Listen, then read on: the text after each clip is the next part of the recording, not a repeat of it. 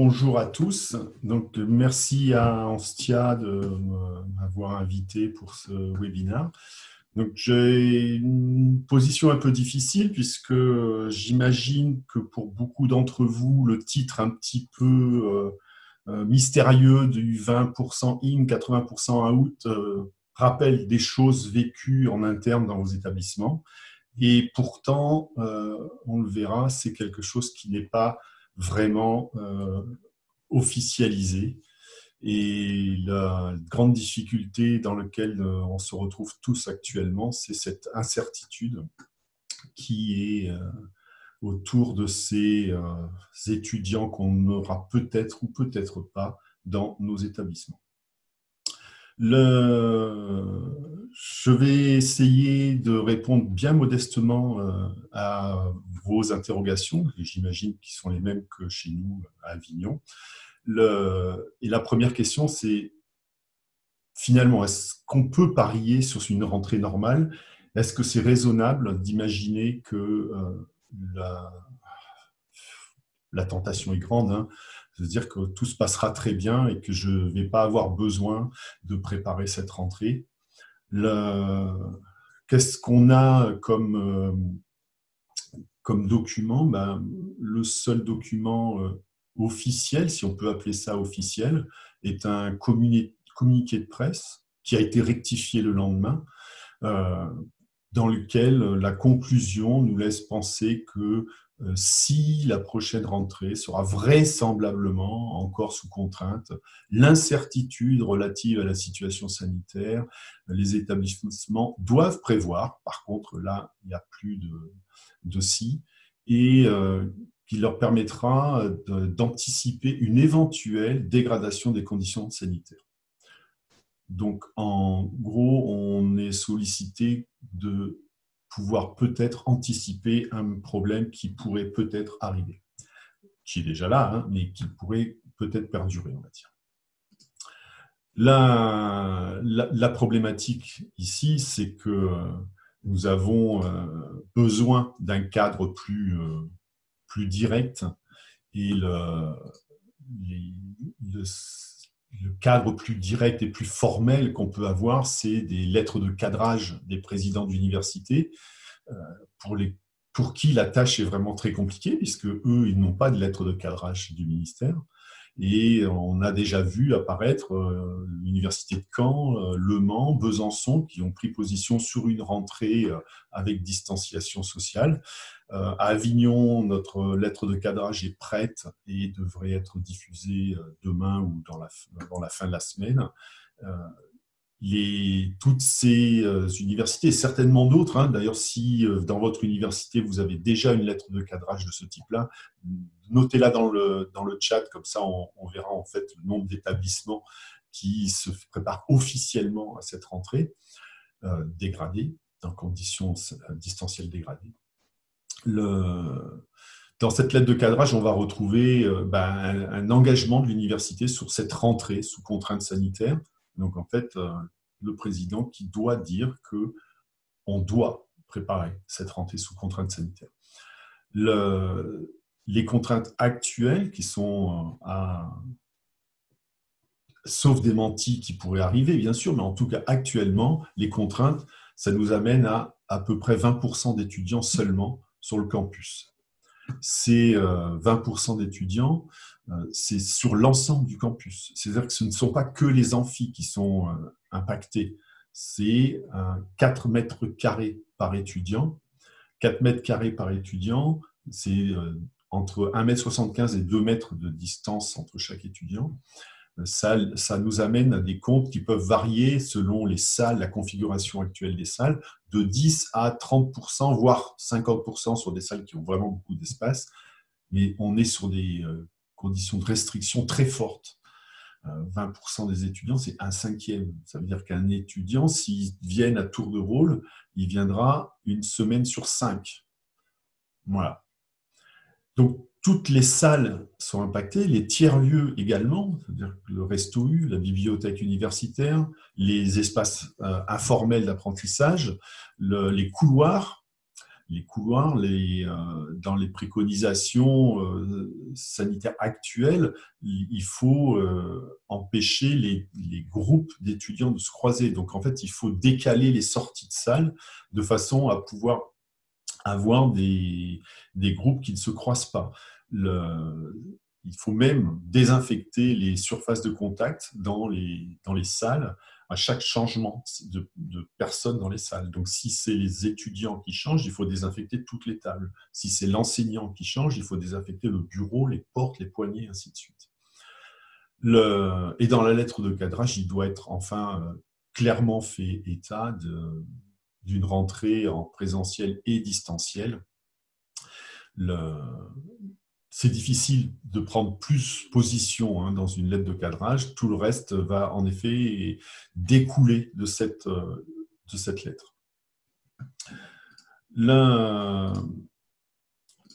Alors, dans les préconisations qu'on a vues apparaître, la première était de dire on va faire du présentiel et on va le filmer et ça va faire que du distanciel.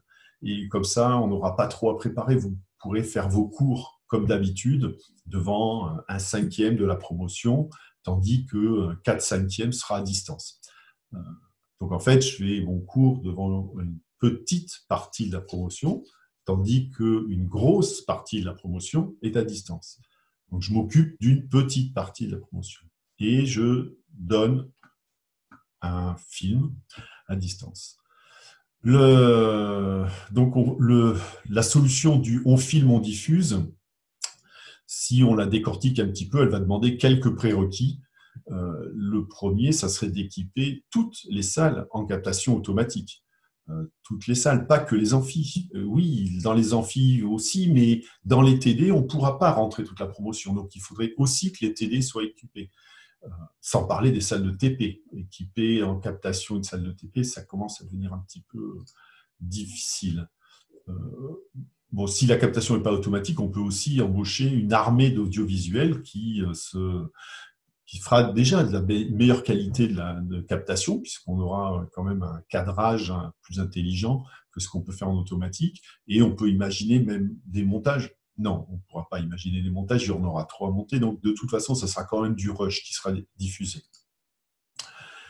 Derrière, en prérequis, il nous faut aussi une infrastructure à la Netflix. Je ne sais pas combien vous avez de salles dans vos établissements. Chez nous, c'est un petit établissement, une petite université. On a 200 et quelques salles, donc 216 salles, je crois. Donc, si on a une occupation, même ne serait-ce que de 50% de nos salles, et sur les points chauds de la journée, on monte souvent à notre capacité maximum, donc 200 flux vidéo à distribuer à l'ensemble de nos étudiants. Nos infrastructures réseau actuelles et systèmes ne supporteront pas ça. Donc, il faut absolument aussi penser à changer son infrastructure. Il ne faut pas oublier que même si on est dans des conditions de crise, dirons-nous, on doit respecter certains droits et entre autres, il faudra bien penser à faire signer aux enseignants un accord écrit pour la diffusion de leur image. Pour certains, ça peut peut-être être même difficile de l'accepter. Dans les accords écrits et selon le mode de captation, on aura peut-être aussi à faire signer les étudiants, puisque certains modes de captation peuvent aussi prendre la salle s'il y a des questions pour tenter de capter un petit peu plus d'interactivité. Enfin, si on est dans cette idée de on filme, on diffuse, on a quand même interdit l'accès à nos campus, à nos salles, à 4/5 de nos étudiants. Alors, ce ne sera pas toujours les mêmes, mais il y en aura toujours 4/5 à l'extérieur. Ces étudiants, il faut quand même qu'on s'assure qu'ils soient capables de bénéficier de notre cours, puisqu'ils sont inscrits dans nos établissements, donc on leur doit en fait ce cours, et donc il faudra s'assurer de l'équipement informatique de tous ces étudiants. On en a équipé quelques-uns, mais uniquement que quelques-uns pendant cette crise. En fait, si on prévoit un équipement massif de tous les étudiants, c'est autre chose. plus contraignant, il faudrait aussi s'assurer qu'ils aient tous une bonne connexion. Une bonne connexion, pas juste une connexion. En fait, suivre une webconférence, je ne sais pas si vous avez là aujourd'hui tous une bonne connexion, mais si vous m'entendez avec une voix hachée ou un mot sur deux, c'est sûr que vous ne tiendrez pas pendant 1 heure. Donc, imaginez un étudiant qui devrait suivre toute la journée ce style de vidéo dégradée. Donc, les solutions qui ont été proposées là pendant la crise qu'on vient de vivre, c'était aussi, par exemple, de proposer des connexions 4G aux étudiants. Mais c'est pareil, c'est là qu'on s'aperçoit que la couverture de notre territoire n'est pas si forte que ça et qu'on a plein d'étudiants en zone blanche, comme des enseignants d'ailleurs. Cette solution du on filme, on diffuse, si on se pose la question sur le côté pédagogique, ça donne quoi? C'est ce que j'ai déjà un peu indiqué. Je fais donc le cours pour 1/5 et je passe à la télévision pour les 4/5 de ma promotion. C'est déjà un petit peu perturbant. Mon service enseignant, si j'ai 30 heures à faire dans ce cours, si je fais mes 30 heures présentielles, j'ai fini mon service. Donc, le service enseignant, il va être consacré à 1/5 de la promotion. Je ne pourrais pas, ou alors, si je suis bénévole, je pourrais faire de la distance avec les 4/5, mais ça sera du bénévolat. Il n'y a aucune université qui va avoir son budget, mon budget d'heures complémentaires ou d'heures d'enseignement multiplié par 5. Donc, en gros, de faire du présentiel, ça veut dire que je ne fais pas de distance, autre que la retransmission. Le vidéo, donc en live, c'est comme un MOOC. Non, c'est moins bien qu'un MOOC. Un MOOC, c'est travaillé, c'est réfléchi, il y a une approche pédagogique, pour gérer cette distance, il y a toutes des activités pédagogiques qui sont mises en place pour mettre en place une interaction entre étudiants, et ainsi de suite. Ce qui n'est pas le cas si là, je ne fais que retransmettre ces vidéos. Et je vous rappelle que le taux d'abandon des MOOC est énorme. Donc, si on se plaint déjà d'avoir beaucoup d'étudiants décrocheurs, je pense que là, il n'y aura pas photo, on va avoir des records.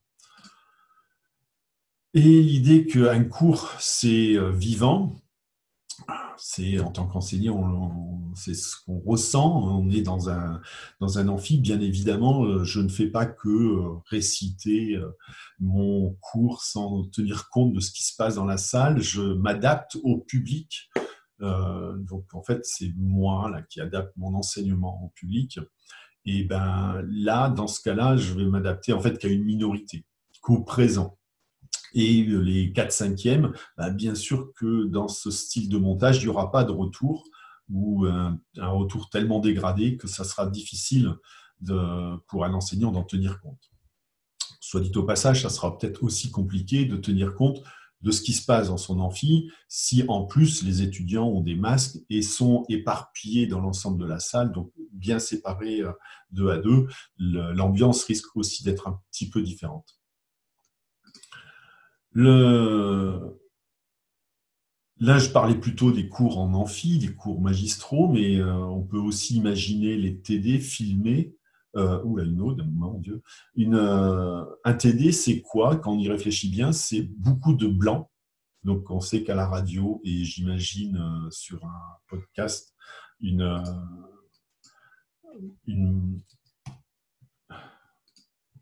un tel film, ça prendra aussi un peu des esprits bizarres en attendant qu'il y ait une question pendant que les étudiants font leur examen. Et enfin, quand je vais aller expliquer individuellement, puisqu'un TD c'est aussi ça, c'est de l'accompagnement individuel, à un étudiant ce qu'il a fait lui sur sa feuille et lui refaire une remédiation, comment ça va passer sur ce film, cette captation.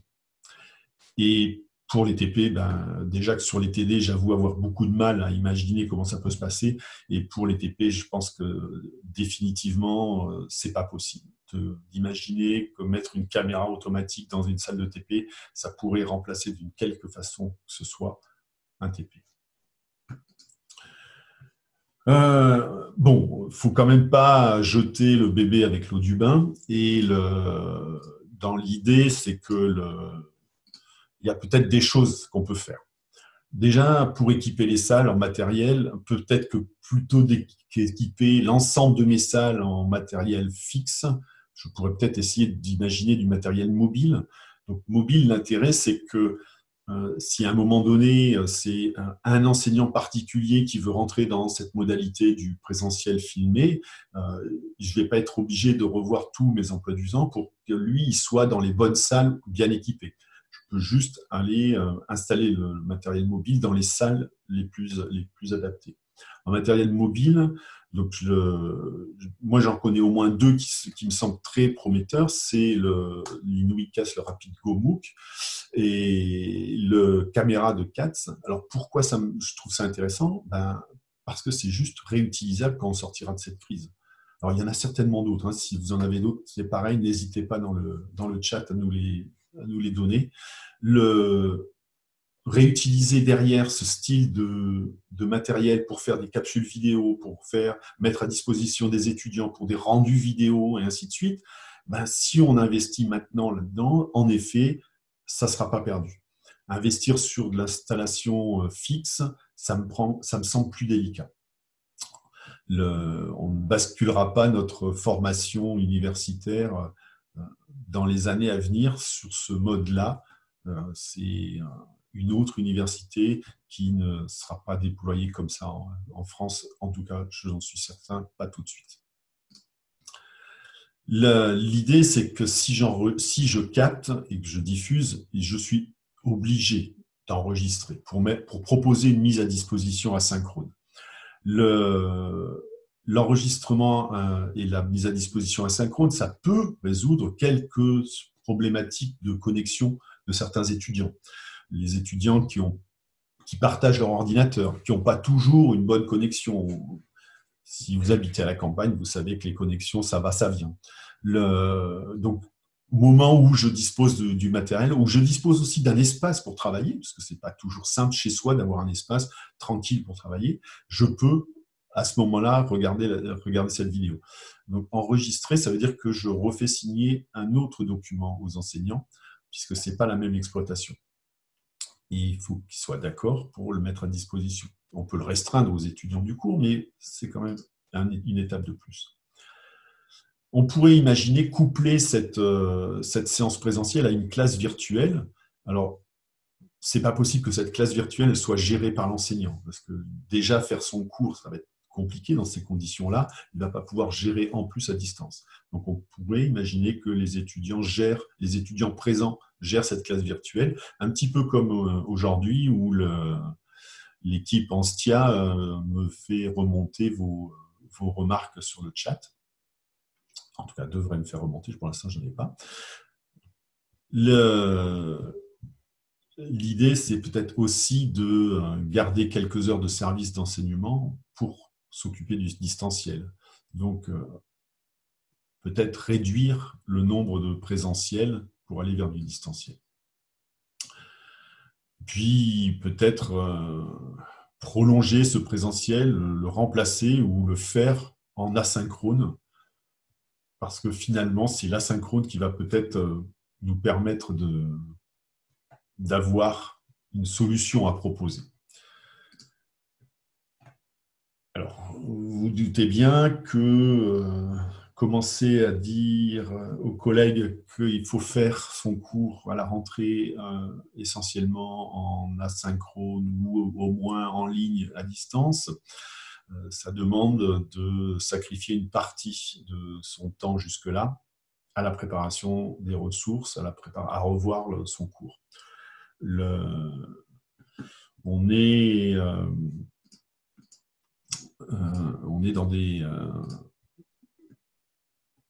dans des conditions difficiles. Et alors ma prochaine diapo n'est pas très propre, mais je la mets quand même. Si on ne s'assure pas du soutien de la gouvernance, c'est quasiment mission impossible. On ne pourra pas là convaincre nos collègues de passer leur été à revoir leurs cours.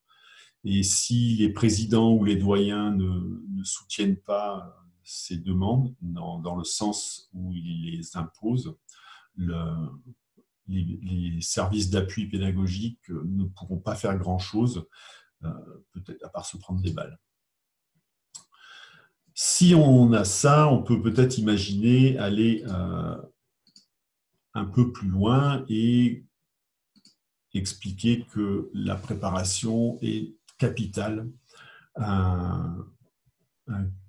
capitale dans le sens de pouvoir assurer quelque chose en asynchrone. Autant la préparation sur du synchrone peut, pour une grande partie, être non pas de l'improvisation, mais du live. Dans cette présentation que j'ai préparée très rapidement cette semaine, j'ai bien évidemment pas tout préparé, j'ai pas de discours écrit et j'improvise ou je suis en live sur ces diapos.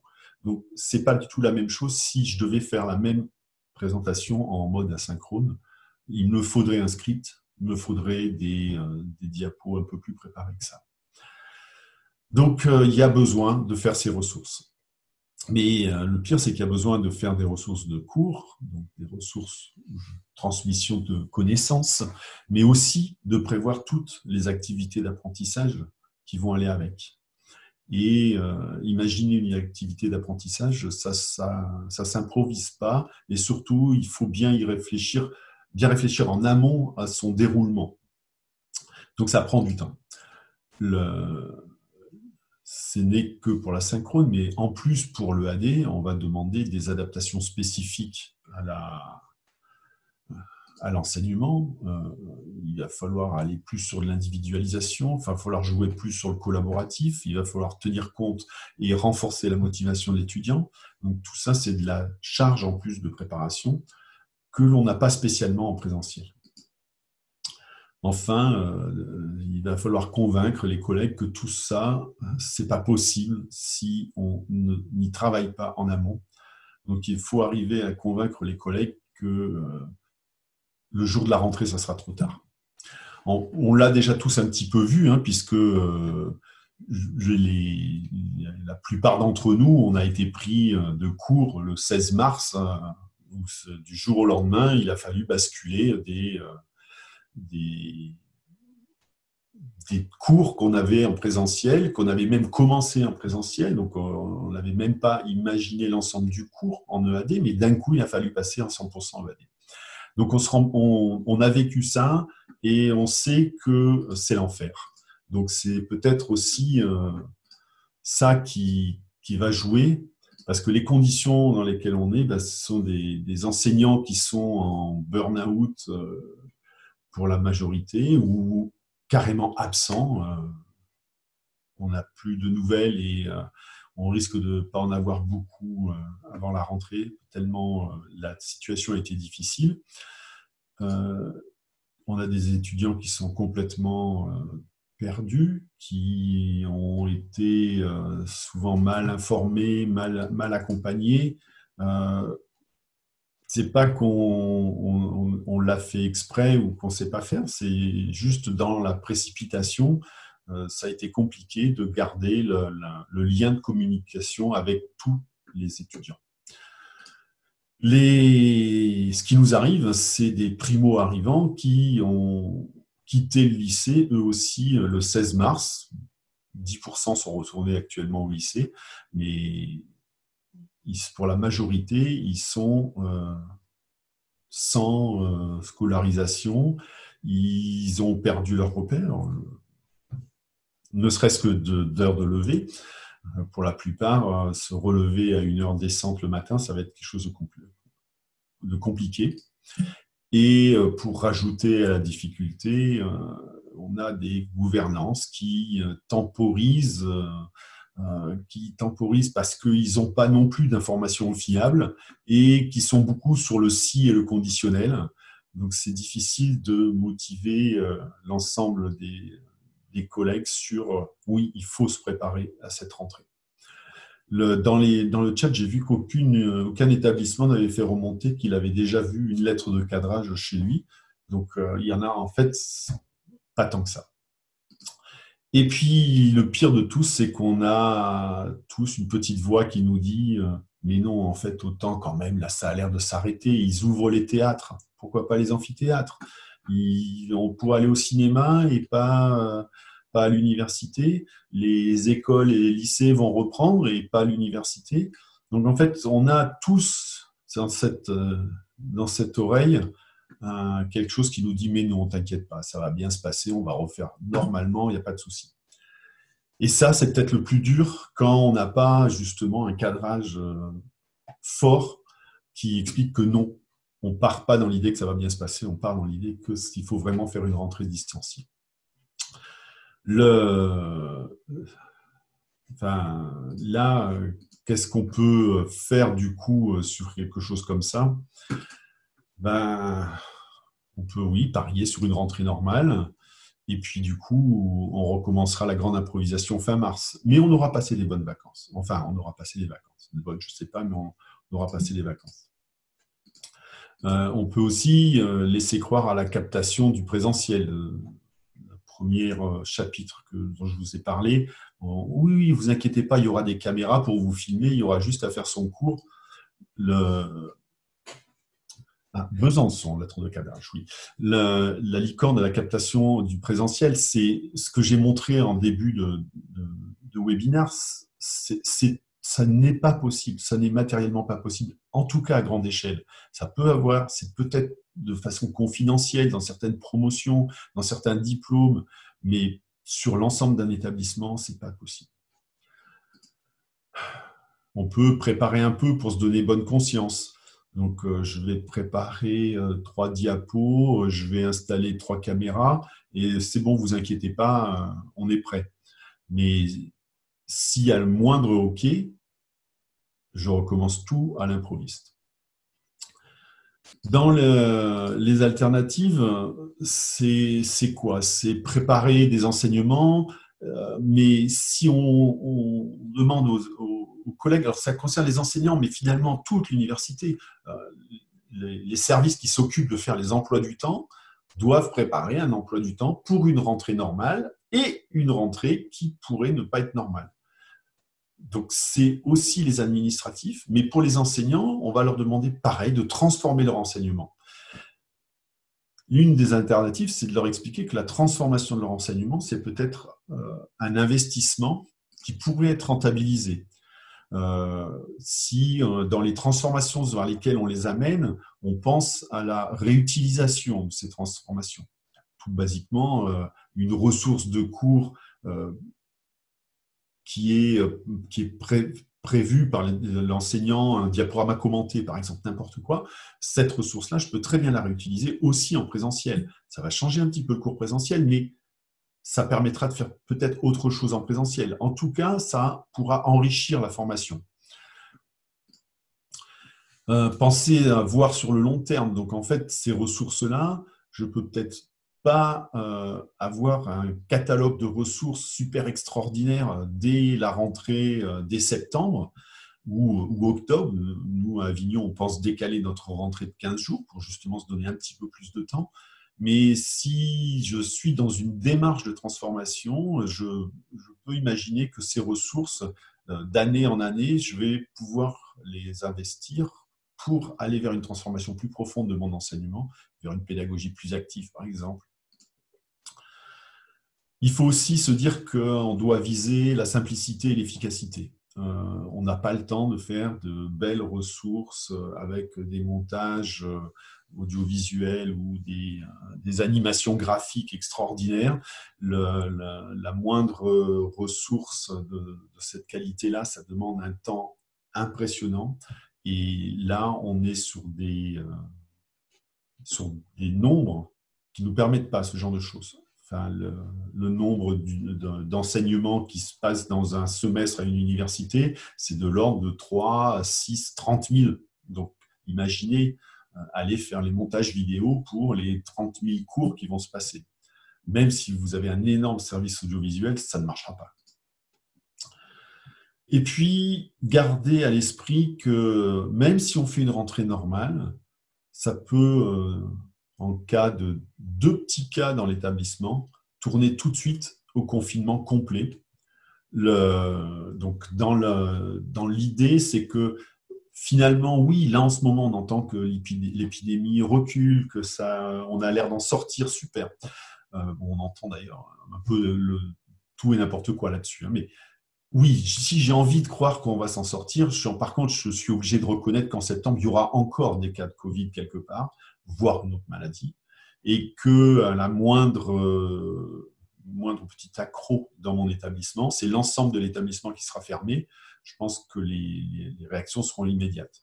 Donc, si l'ensemble de mon établissement ferme, ben, les ressources que j'aurai préparées seront déjà là et ça sera un investissement que je ne regretterai pas.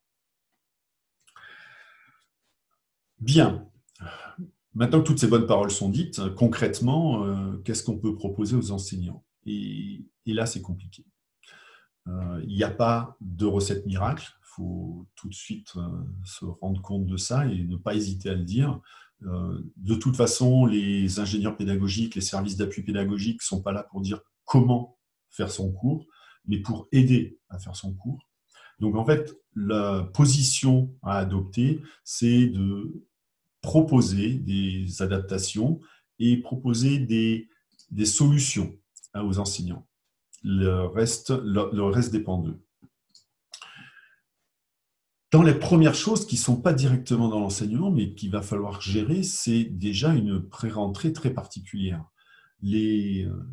Habituellement, on reçoit des troupeaux d'étudiants qui arrivent pour la première fois sur un campus. On leur présente le campus, les outils, les services, ou faire du sport, ou emprunter un livre, comment ça va se passer, les cours qu'ils vont avoir, la présentation un peu de la formation, tout ça dans un énorme amphi, où la moitié écoute au début, 10% à la fin. On n'en retient quasiment rien. Heureusement, on distribue un petit peu des plaquettes. Ça, peut-être ils vont les lire. Et puis, de toute façon, c'est pas très grave parce qu'on les revoit la semaine prochaine en cours. Et là, le vrai travail d'intégration à l'université va commencer et ils vont apprendre sur le tas ce que c'est que d'être étudiant et de fréquenter un campus. Eh ben, les prochains, non. Aux prochains promo arrivants, on va les voir et on ne sait pas bien quand on va les revoir. Donc, en fait, cette pré-rentrée, cet premier contact avec les étudiants, il faut absolument que l'étudiant, quand il ressorte de cette pré-rentrée, il sache exactement où il est, comment ça va se passer, quels sont ses outils, qu'il les maîtrise, qu'on a testé avec lui, qu'il les comprenne, qu'il sache relire ses mails, lui envoyer un mail, mais plus que ça, utiliser la plateforme pédagogique, connaître ses enseignants, puisque peut-être qu'il ne va même pas les voir en présentiel avant un moment. Donc, il faut aussi qu'il ait une présentation de l'équipe pédagogique. Donc, en fait, on a une pré-rentrée très particulière dans ce qui va arriver. On a besoin de leur donner des explications donc de fonctionnement bien carré. Ça va se passer comme ça. Là, on est en pré-rentrée, donc c'est dans le 15 septembre, dans bientôt, en fait. Dans bientôt, il faut qu'on sache exactement comment on va se faire. Donc, on ne peut pas se permettre de dire on va commencer la rentrée, puis on se réajustera, puis finalement, je ne vais pas utiliser tel outil, je vais utiliser tel outil. Non, l'étudiant, on lui doit ça dès le jour de la pré-rentrée. Donc, ça veut dire qu'on a pris ces décisions, qu'on a pris collectivement, hein, les équipes pédagogiques ont pris les décisions en amont. En plus, on risque de ne pas avoir d'amphi, enfin, des amphis très réduits, un 5e par amphi. Donc, un 5e par amphi, ça ne fait pas non plus énorme. Hein. Il va falloir répéter 5 fois la même chose ou imaginer d'autres choses.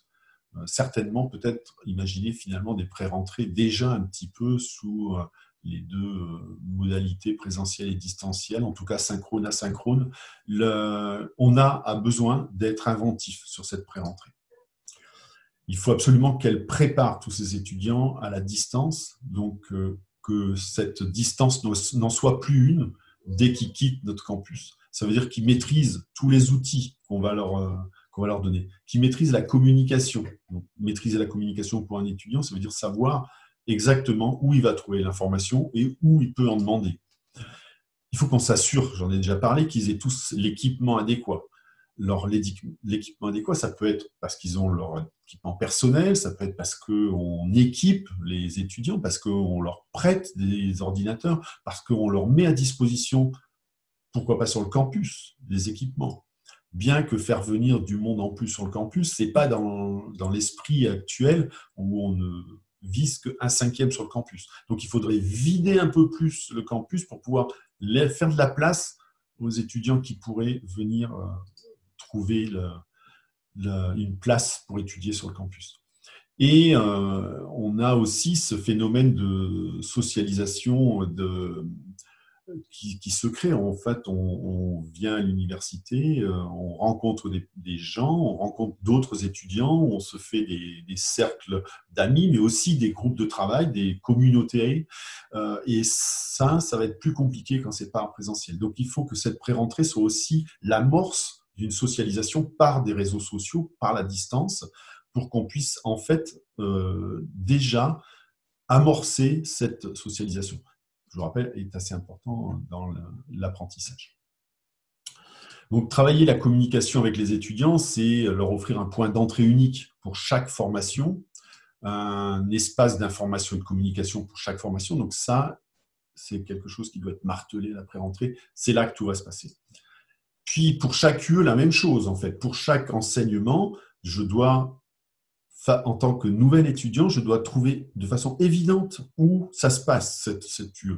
Donc, pas question qu'on lâche les étudiants et puis qu'après, il aille à chercher si le cours se passe sur Moodle, sur Discord, sur Facebook, sur Zoom, sur Teams, sur je ne sais pas quoi. Il doit avoir un point d'entrée et être capable de le retrouver évidemment, de façon évidente. Pour chaque UE, il va être important que les syllabus de cours, donc, qui doivent déjà exister, les syllabus de cours doivent inclure les modalités de l'enseignement, c'est-à-dire comment ça va se passer dans chacun des enseignements. On va aussi avoir besoin d'apprendre l'autonomie à ces étudiants. L'autonomie des étudiants, c'est quelque chose qui est réel à l'université actuellement, qui existe déjà. Les étudiants apprennent l'autonomie, mais sur le tas, encore une fois. Cette fois-ci, on va devoir un peu accélérer le mouvement. Donc, il va falloir qu'on aide les étudiants à s'organiser, à se motiver, à se tester, parce que c'est ça l'autonomie, en fait, c'est être capable d'organiser son travail, d'être capable de rester sur son travail, de se motiver, mais de savoir aussi de tester l'efficacité de son travail. Pour ça, il peut y avoir plusieurs méthodes assez basiques. Dans un des sondages qu'on a fait pour les étudiants, nous aurons monté deux, trois petits trucs. C'est la datation de tous les rendus et de toute activité. À chaque fois que je vais donner quelque chose à faire aux étudiants, que ça soit passer ce QCM, rendre un devoir ou lire ce chapitre, ou voir cette vidéo, il faut que je donne une date. Ça doit être fait pour telle date. Et donner une date, ce n'est pas la mettre dans un mail ou dans un forum Discord, c'est l'inscrire dans l'agenda de l'étudiant. Donc, si vous êtes sur Moodle, c'est utiliser l'événement dans l'agenda. Pour un devoir, pour un test, on peut donner une date de fin. Cette date de fin, elle s'inclut automatiquement dans l'agenda. Pour un étudiant, lui, il voit son agenda et il voit tout ce qu'il a à faire avant telle date. Donc, pour lui, ça lui permet de s'organiser. Quelque chose d'important aussi, c'est de timer les activités. Je ne suis pas sûr qu'on dise timer, ce n'est pas grave. Donner un temps à chacune des activités. Donc, expliquer, vous avez à lire ce chapitre, ça va vous prendre 20 minutes. Vous avez à faire ce devoir, vous en avez pour 2 heures. Alors, ça ne sera peut-être pas 20 minutes, ça ne sera peut-être pas 2 heures exactement, mais en tout cas, l'étudiant, si on lui a dit que c'était 20 minutes, il ne va pas y passer 1 minute, ou il sait qu'il ne l'a pas vraiment fait comme il fallait, et il ne va pas y passer 3 heures non plus, parce qu'il sait que ce n'est peut-être pas ça qu'on lui demande. C'est important pour pouvoir aussi s'organiser, de savoir que là, j'ai 1 heure devant moi avant le repas, ben, je peux faire ça et ça, mais je ne peux pas faire ça, parce que ça, c'est 3 heures. Hop là. Alors, j'ai oublié de parler de l'emploi du temps, qui est quelque chose de très, très important aussi. La gestion de l'emploi du temps. Est-ce qu'on garde les emplois du temps comme c'était prévu en présentiel ou est-ce qu'on modifie ça? En fait, garder les emplois du temps comme c'était prévu en présentiel, c'est se mettre des contraintes énormes pour finalement pas grand-chose. C'est perdre tout l'intérêt de l'enseignement à distance. le rythme personnel d'apprentissage, le temps disponible, le meilleur moment où je suis capable d'apprendre, tout ça, c'est un peu coincé dans cet emploi du temps. Par contre, c'est vrai qu'en termes d'organisation, je n'ai pas à réfléchir. Si on me dit que de telle heure à telle heure, je fais maths, de telle heure à telle heure, je fais anglais, voilà, c'est comme ça. Je n'ai pas à réfléchir, je m'organise. Ce n'est pas moi qui m'organise, c'est on s'organise pour moi. Donc, c'est peut-être pas m'aider à m'organiser que de garder l'emploi du temps. Par contre, le garder au départ pour une phase de transition, pour pouvoir aller après vers un emploi du temps plus personnalisé que chacun mettrait en place, oui, ça serait apprendre vers l'autonomie. Le défi, ça va être de faire du mixte de synchrone et asynchrone. Et ça, il faut bien se rendre compte que chaque fois que je vais utiliser le synchrone présentiel, ça va me coûter 5 fois plus cher. Je suis toujours sur une promotion divisée par 5. Donc, chaque cours que je vais faire en présentiel, si je veux le faire à l'ensemble de ma promotion, ça me fait 5 fois plus cher. Donc, sans synchrone, on a quand même un vrai problème. Donc, là, c'est synchrone présentiel, mais distanciel aussi, parce que la relation d'apprentissage, elle est importante et avoir en direct un enseignant, mais aussi les pairs, c'est quelque chose d'important. Et le socio-constructivisme ne peut pas vraiment s'entendre sans synchrone. Et pour mixer le mieux tout ça, il faut essayer d'utiliser le synchrone et encore plus le présentiel, du coup, à bon escient. Donc, finalement, est-ce que la meilleure utilisation d'un présentiel, c'est de faire court? Est-ce que la meilleure utilisation d'un présentiel, c'est de transmettre des savoirs ou être plutôt dans l'accompagnement?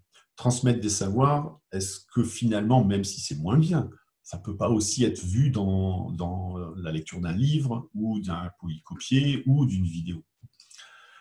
La classe virtuelle, c'est quelque chose de très intéressant pour soutenir le côté asynchrone de l'enseignement. Donc, la classe virtuelle, on va être en synchrone, mais par contre, tout ce que je vais pouvoir faire en classe virtuelle, ça va pouvoir donner un sens et donner un vrai poids à la partie asynchrone de mon enseignement.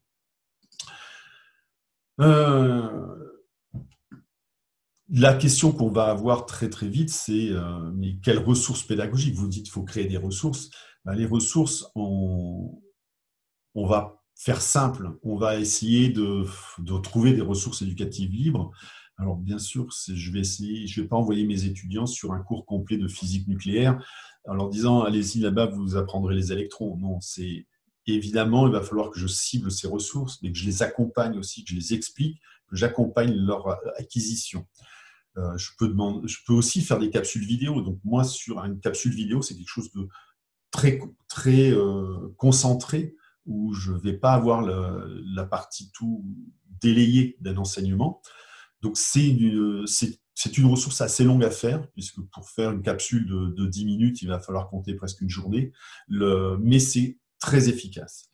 Je peux faire beaucoup plus simplement des diaporamas commentés. Il y a plein de systèmes qui existent en ligne ou à installer sur son ordinateur qui me permet de commenter à la voix avec ma petite vignette, ma petite tronche si je veux. Mais le diaporama commenté, c'est déjà une excellente ressource. On peut même imaginer que des podcasts, donc que des oraux de cours sans présentation. Bien sûr, des polycopiés. Pour les TD, c'est beaucoup plus simple. A priori. Et finalement, en dehors des sujets, bien sûr, il me faut des corrections. Et c'est là que toute la subtilité des corrections apparaît. Dans l'idée de simplicité, est-ce qu'on va imaginer amener les collègues à faire des vrais cours hybridés ou EAD? Pour vous donner un exemple, à l'Université d'Avignon, on fait de la labellisation flex-hybride, donc les collègues candidatent, on les accompagne, et puis ils sont labellisés après pour faire une partie de leur enseignement à distance. Ça prend pour chaque dossier 6 mois de préparation, donc une fois qu'il a candidaté, on l'accompagne individuellement avec 1 ou 2 ingénieurs pédagogiques. On a un suivi personnel lorsqu'il met son cours en ligne la première fois. Et on a monté avec lui un scénario pédagogique détaillé à la séance près, à l'activité près. Et cette labellisation, Je n'arrive pas à revenir là. Cette labellisation, en fait, c'est une évidence pour nous qu'on ne va pas la faire pour nos 3000 UE semestres qu'on a dans notre petite université. Donc, c'est évident que ce n'est pas ce qu'on va viser. Ce qu'on va viser, c'est d'autres ressources, c'est un autre type d'accompagnement. Je vous vais montrer avec le mixte présentiel, synchrone, asynchrone. Et c'est plutôt vers ces zones-là qu'il faudrait aller. Il y a plein de détails. Je pense que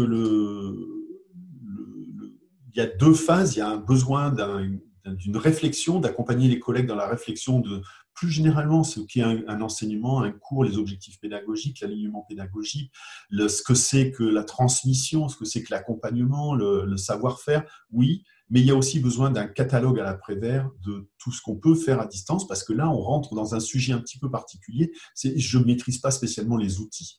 Donc, jusqu'à maintenant, j'utilisais Moodle, mais je faisais des PDF et des rendus de devoirs.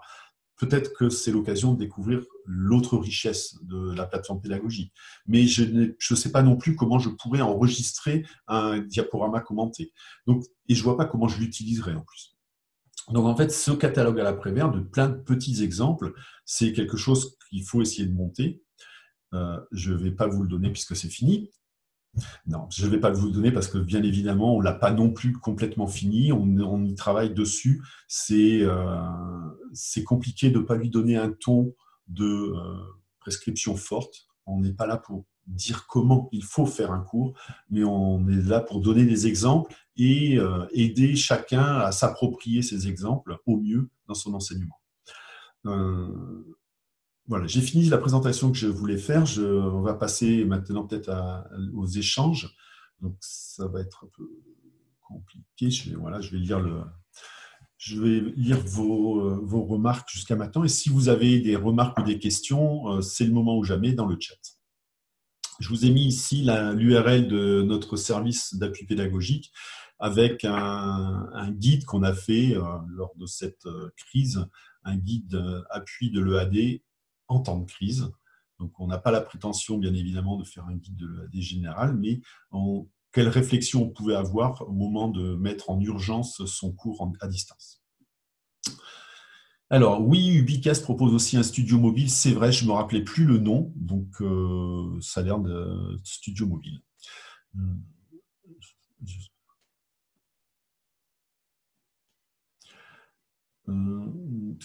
Alors, la solution CATS mobile, j'en ai parlé, c'est la caméra CATS. Et c'est vrai que je pense que c'est ultra portable, donc c'est très intéressant. Par contre, je n'ai pas vu l'installation et je ne sais pas si tous les collègues vont apprécier de devoir installer la manip, à voir. Donc, la note de cadrage de Besançon, il me semblait que je l'avais notée parce que je l'ai vu passer en tout cas dans la presse. Alors, Nantes est en préparation de la lettre, ben voilà, comme nous. J'avoue que je l'espère très très vite, pour qu'on puisse être un peu plus en accompagnement des collègues. Que penser de l'organisation commodale des écus? Oui, en fait, une des solutions qui serait très intéressante, c'est d'imaginer plusieurs UE qui s'entendent, plusieurs enseignements qui s'entendent pour organiser leurs modalités les unes par rapport aux autres. Pour être honnête, on a réfléchi un petit peu à ce scénario et c'est déjà très compliqué au sein d'une UE d'y voir clair, de voir un petit peu quelle organisation on pourrait avoir. Ce style d'organisation, c'est un peu plus que la coordination pédagogique, là. Ça va être très compliqué de faire fonctionner ensemble plusieurs UE. Et le fait que les étudiants puissent choisir leur modalité. Alors oui, c'est quelque chose qu'il faut vraiment se poser. 1/5 de la promotion, mais qui? En fait, est-ce que ça pourrait être au choix? Il y a des étudiants qui ne sont pas toujours volontaires pour venir en cours, hein, finalement. Peut-être qu'eux, ça les arrange de rester à la maison. Donc, il faut savoir jouer là-dessus. faut juste faire attention à ce que ce ne soit pas toujours les mêmes, que ce ne soit pas toujours les plus rapides à s'inscrire. Il y a peut-être aussi à réfléchir à des priorités dans les étudiants à prendre en présence sur le campus. Alors, en présence sur le campus, ça peut être en présence en cours, hein, bien sûr, sur le campus, mais aussi des étudiants qui viendraient sur le campus pour se retrouver dans un esprit d'apprentissage. Parce qu'à la maison, c'est pas possible. C'est pas possible techniquement ou c'est pas possible juste étant donné l'environnement, la situation.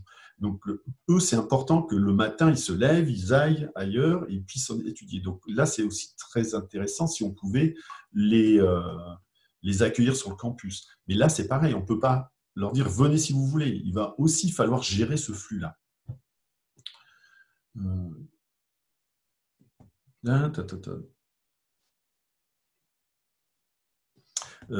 Oui, pour les pré-rentrées, faudrait prévoir 2 pré-rentrées. En fait, je pense que la pré-rentrée qu'on va devoir imaginer là, pour cette rentrée perturbée, elle sera de toute façon largement plus intéressante que la pré-rentrée qu'on fait classiquement.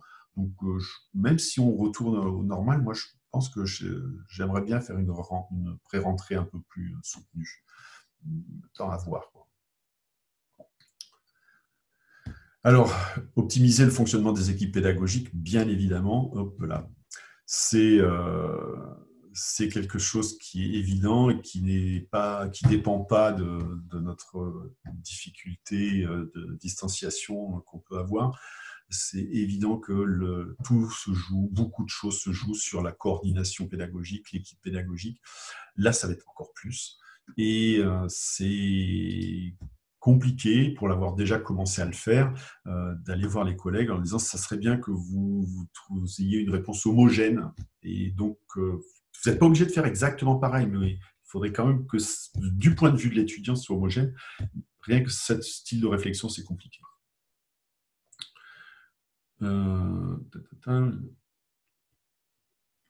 Alors, que pensez-vous de rapprocher l'approche programme et la prépa de cette rentrée? Pour l'instant, alors, j'avoue que l'approche programme, c'est déjà un monde en soi.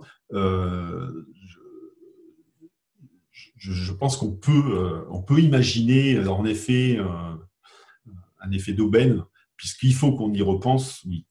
Maintenant, dans un de mes transparents, j'ai expliqué que les enseignants étaient pour beaucoup en burn-out, en tout cas pour beaucoup enseignants et administratifs au bord de la rupture.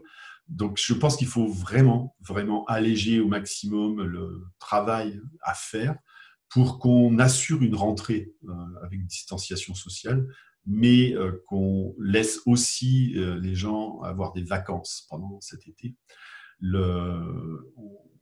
On ne tiendra pas la route sinon, quoi, au risque de tout casser. Tac, tac, tac.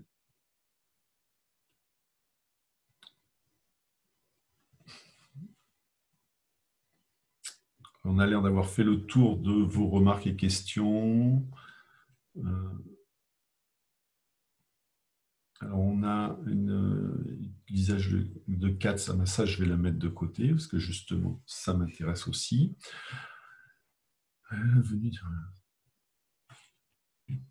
Alors oui, l'idée de dire on va faire un effort particulier pour les primo-arrivants parce que eux, c'est vrai que c'est évident que les primo-arrivants, ça va être les plus compliqués.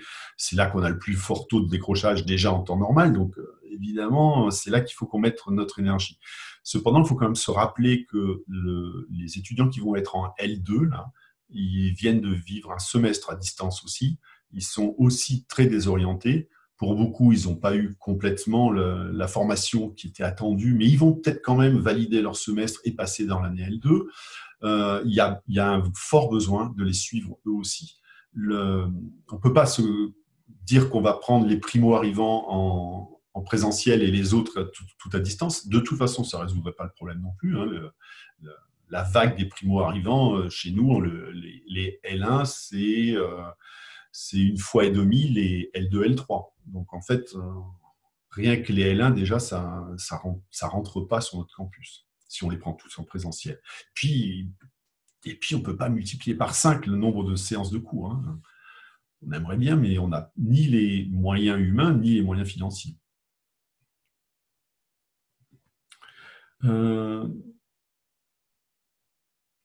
Alors, dans les grandes écoles, il y a un intérêt dans les tailles réduites des promotions. C'est un peu ce que j'ai aussi vu dans les IUT, le fait d'avoir des promotions qu'on peut un peu mieux maîtriser, ça peut permettre de croire à la classe virtuelle à 100%. On garde le même emploi du temps, on fait tout en classe virtuelle, dans un BBB. La classe virtuelle, oui, c'est bien. La classe virtuelle, 8 heures par jour, je pense que ça commence à devenir compliqué. La classe virtuelle, c'est du synchrone. Se baser que sur le synchrone en laissant l'étudiant dans son environnement personnel, on ne s'assure pas qu'il sera dans de bonnes conditions pour suivre cet enseignement. Donc, c'est un petit peu embêtant, c'est largement embêtant en fait, pour tout dire. Et j'ai vu qu'il y a pas mal de grandes écoles qui sont sur ce créneau-là, ou alors à l'inverse, qui sont passées directement avec un gros saut en avant sur de l'approche projet et en pédagogie active. Il faut reconnaître aussi qu'on n'a pas les mêmes populations avec les grandes écoles. Oui, on me rappelle l'appel à projet qui vient d'être lancé, bien sûr, un petit mot là-dessus. Donc, il y a un appel à projet pour aider financièrement les établissements qui voudraient se lancer dans l'hybridation des formations d'enseignement supérieur. Super. En plus des gros sous, ça peut être intéressant. Maintenant, il ne faut pas rêver, quoi. Je veux dire, attention, si vous répondez à cet appel à projet, donc il y a une dizaine ou une douzaine de pages à expliquer comment vous allez faire, pourquoi ça va réussir, ainsi de suite, très classiquement. Un des paramètres qui va être difficile à gérer, c'est l'implication des enseignants l'implication généralisée des enseignants dans cette transformation vers une hybridation. Là, on ne pourra pas se permettre d'une adaptation à moindre coût de préparation de ressources. Donc, c'est un peu compliqué. Par contre, j'ai vu passer cet appel et je me dis, mais c'est peut-être l'occasion aussi d'équiper quelques campus. Alors, équiper des campus, finalement, sur le synchrone présentiel, vous avez compris, ce n'est pas ma tasse de thé, mais on peut aussi imaginer équiper des enseignants de petits matériels, de rien du tout. Déjà, s'assurer que tout le monde a un ordinateur, ce n'est peut-être pas le cas partout, hein. Nous, à Avignon, on fournit un ordinateur à tout enseignant. Il y en a certains qui ne l'ont pas demandé, donc on ne sait pas trop s'ils ont un ordinateur ou pas, mais à vérifier. Mais on peut aussi imaginer une tablette graphique, parce que corriger un devoir PDF dans Moodle avec une tablette graphique, c'est un grand bonheur, mais écrire sur un tableau blanc aussi, dans une tablette graphique, si ce n'est pas un tableau poste, hein, si c'est quand même minimum un demi A4, ça prend un sens aussi, du coup, pour l'enseignant de faire dans sa classe virtuelle. Donc voilà, une caméra avec un petit éclairage, pourquoi pas, c'est aussi quelque chose qui peut être intéressant. Donc un mini studio qu'on pourrait distribuer cette fois-ci en masse, parce que si vous voulez une tablette graphique, s'assurer une caméra correcte, un micro correct et un éclairage, le package va faire dans les 600 € à 1000 € fois le nombre d'enseignants, même si c'est qu'une partie, ça commence vite à chiffrer. Donc, ça peut être utilisé pour ça. Et la proposition des scénarios possibles d'illustration se prépare chez nous également et semble une approche moins perspective, en effet. Sur la rédaction des acquis d'apprentissage visée sera effectuée à cette occasion également. Alors, oui, c'est l'occasion de refaire ne serait-ce que des syllabus déjà très propres. On est parti dans l'idée, en effet, de proposer plusieurs scénarios en disant voilà, il y a plusieurs scénarios possibles, et on était parti dans des scénarios semestres en expliquant voilà, vous pouvez mettre une séance présentielle là, une séance de remédiation ici, là, une synchrone distance et ainsi de suite. Et en fait, ça s'adapte à rien, ça s'adapte à tout et à rien. Donc là maintenant, on est plus dans des petits catalogues donc plutôt que de faire vos 3 heures de cours dans la semaine, pourquoi ne pas mettre des diaporamas commentés, plus une, classe virtuelle en synchrone, que ce soit audio ou audiovisuel, d'une demi-heure dans la semaine, plus des activités. Voilà, proposer ce style de scénario un petit peu package mou, qui sera peut-être plus facilement approprié par les collègues. Oui,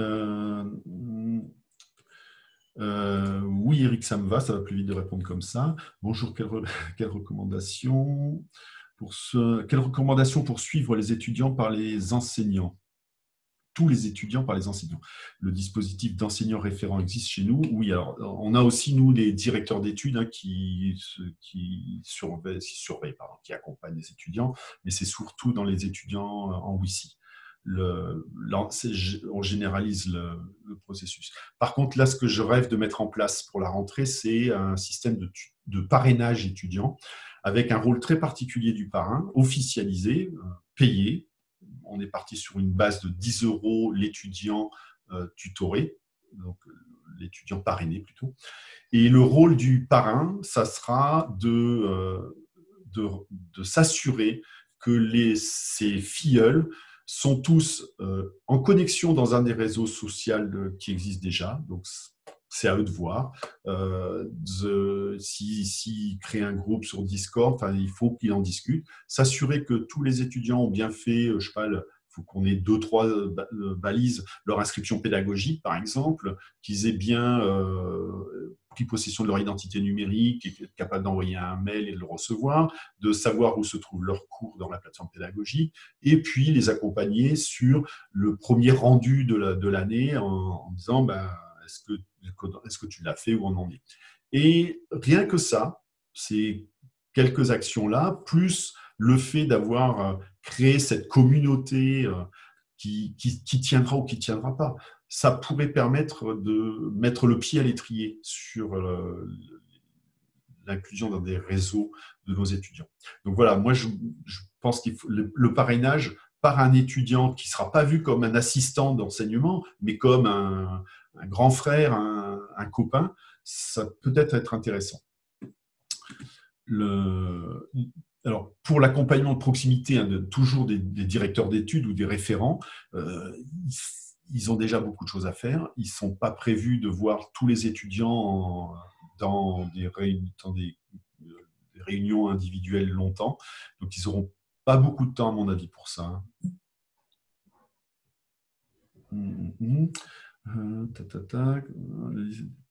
Je vais te reprendre du coup, Thierry, on va devoir conclure, je suis désolée, c'est super intéressant. C'est super intéressant, c'est clair. Merci beaucoup, merci pour vos échanges.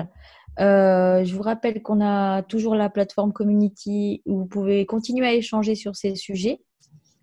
Donc, n'hésitez pas à vous loguer.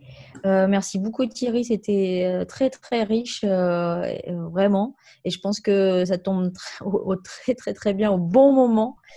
Je vous retrouve du coup pour le prochain webinaire donc en STIA. Donc n'hésitez pas, donc je vais vous donner les dates. Alors j'étais en train de noter tout ça. Tac tac tac. Donc le prochain webinaire, j'ai fermé l'application. Est-ce que Thierry, du coup, tu as un petit mot de conclusion peut-être? Juste, voilà, comment ça s'est passé pour toi ce webinaire? Est-ce que tu as un mot de conclusion sur le sujet pour que je te laisse conclure et après je vous donnerai la date des prochains webinaires. En conclusion, j'ai pas vraiment grand-chose à dire à part bon courage à tous. Je pense que on est dans une période là, dans le mois qui vient, où ça sera très important de partager. Tout à l'heure, je parlais de catalogue à l'après-vert, d'exemples que les enseignants peuvent s'approprier. C'est vraiment quelque chose qu'il faut qu'on partage. Et plus on pourra en fournir à nos collègues, plus facilement ils trouveront chaussures à leurs pieds. Voilà. Merci beaucoup. Donc, le prochain webinaire, c'est avec notre partenaire WooClap le mardi 16 juin à 11 h. Et vous retrouverez donc tous ces échanges en différé avec le replay grâce à notre partenaire aussi Ubicast qui nous met à disposition un player.